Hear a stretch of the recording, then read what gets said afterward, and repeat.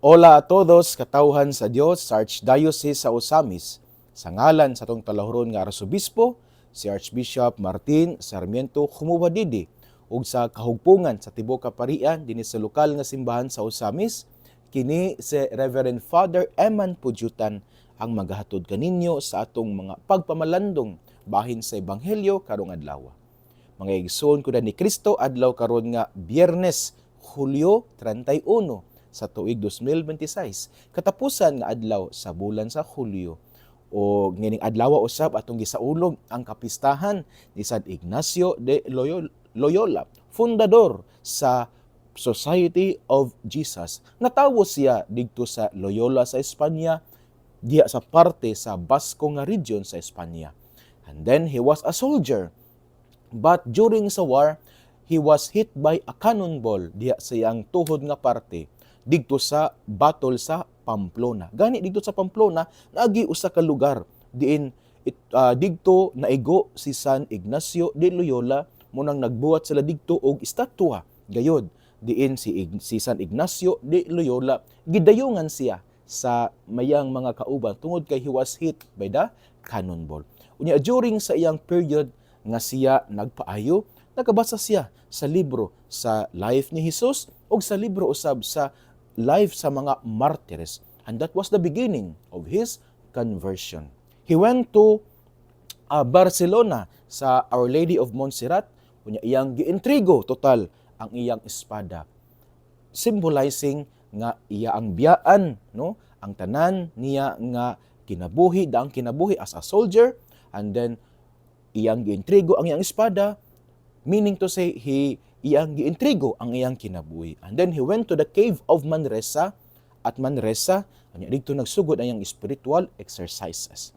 And then, he founded the Society of Jesus together with some companions. One of those was Saint Francis Xavier. Usa-usab ka Espanyol, unya taga Basque region usab dito sa Espanya.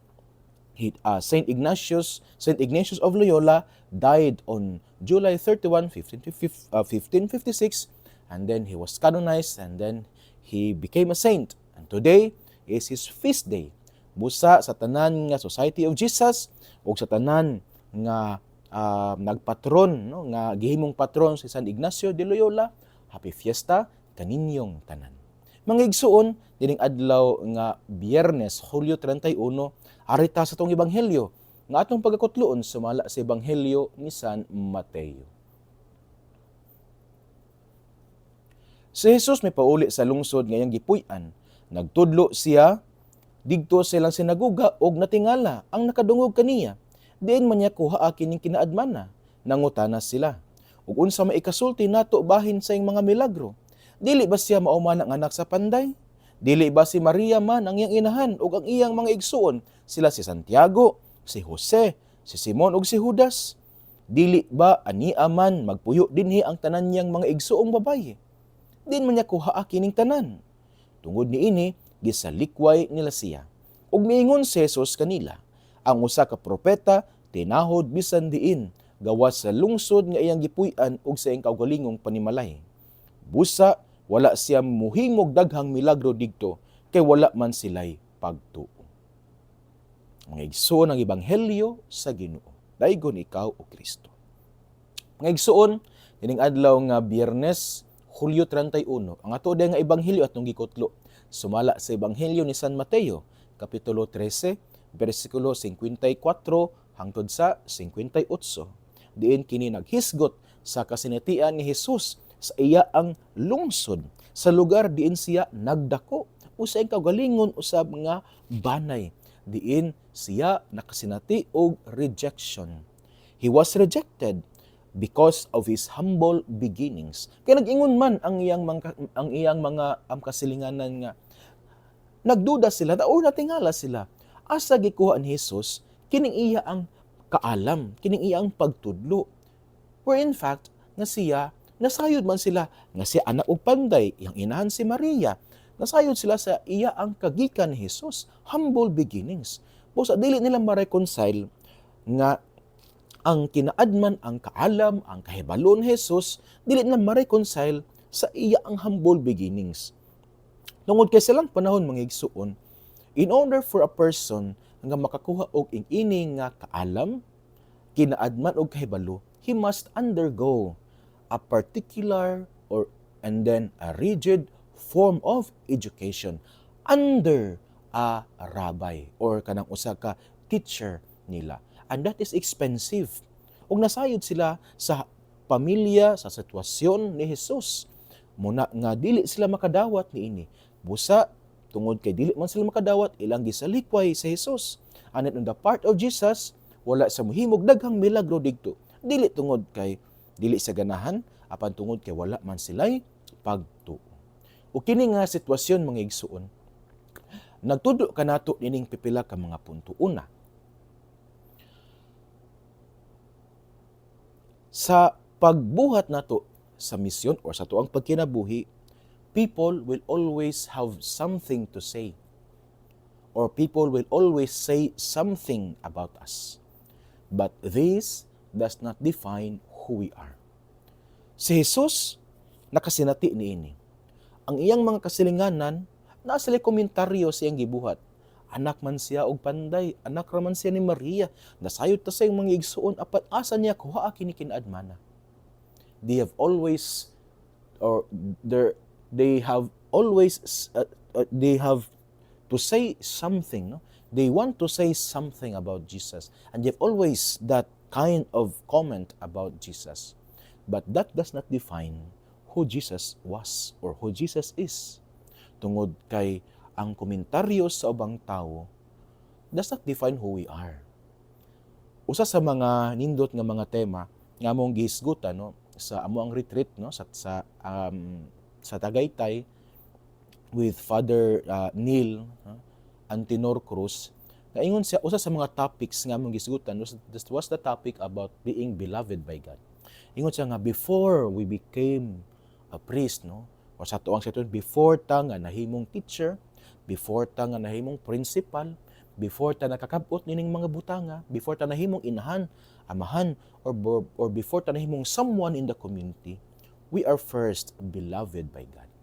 And that is, or that awareness of that being beloved by God is crucial. Tungod kay pwede man nga kaning atong makabot mawala. And pwede man nga kining atong makabot dili ma-appreciate sa ubang tawo.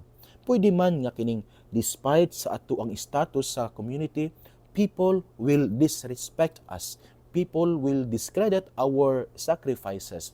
People will always comment negative, will always have negative comments about us. But those things do not eradicate our being beloved by God. Because which will define us are not those things, are not those achievements. O sa ato pa, murag bitog sa kaning lamesa, bitaw nga mga claddings, dili ang mga claddings ang mag-define nato. Unsa man, the reality that we are beloved by God. And so, munang si Jesus, he knows well, no? Si Jesus, sa iya ang pagsugod niya sa iya ang mission biya, before he started his mission, no? Ang unang nahitabo mao nga siya gibautismuhan. And then in his baptism, there was the voice coming from heaven, heard by him saying, "You are my beloved son." So nindot ka pinundong mga igsuon. Naamang gyud mga tawo nga naay mga opinions, mga komentaryo bahin sa tua. But dili kay nato to ipatuhop sa atong kasing-kasing. Tungod kay dili man to ang mga butang nga mag-define nato. Because first, we are beloved by God. Kita mga hinigugma man kita sa Dios, o kining reality nga kita gihigugma sa Dios, dili sa ma-erase sa mga komentaryo sa uban, dili sa ma-erase sa mga comments sa uban. Remember, we are beloved by God.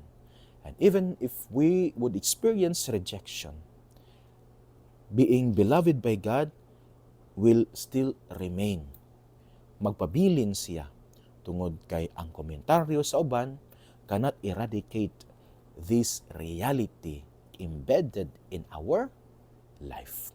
Munang si Jesus, bisag siya kapila siya nakasanati og mga rejection, ning padayon man siya sa iyang misyon. Kung aning lugar wa siya dawata, mingadto man siya sa laing lugar. Tungod kay Wala man nawala ang iyang pagka-beloved. Aware siya always sa iyang pagka-beloved. Unya ang komentaryo sa uban, dili siya makaapekto sa iyang pagka-beloved by God. So, first point mga igsoon, we may experience rejections. People may reject us. People may badmouth us. No? People may backbite us. But this cannot affect. Even this cannot diminish, no? Even 0.1% of our being beloved by God. So hold that always, bear that always in mind, our being beloved. Kaya kung aware ta na perminti that we are being beloved by God, bisag unsa pagkaklase nga rejection, bisag unsa pagkaklase nga komentaryo nga atong madawat sa gikan sa uban, kita makapadayon ta sa pagbuhat sa atong mga tahas, makapadayon ta sa pagbuhat sa atong misyon, makapadayon ta pagkabot sa atong mga damgo, because we know that God loves us so much.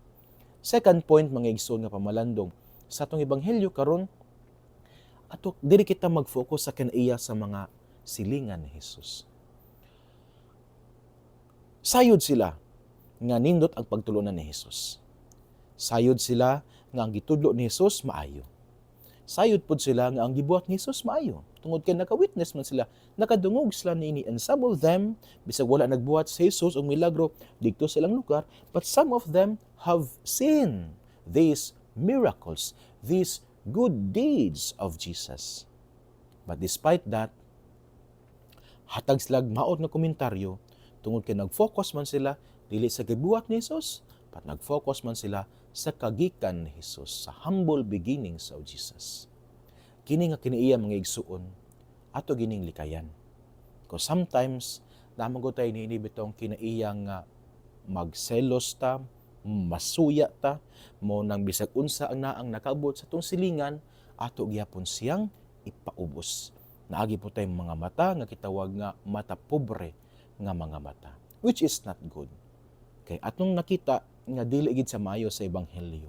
Tungod kay kanang butang nga kanang pagkasuyaon, magpugong man siya sa mga panalangin ni Jesus.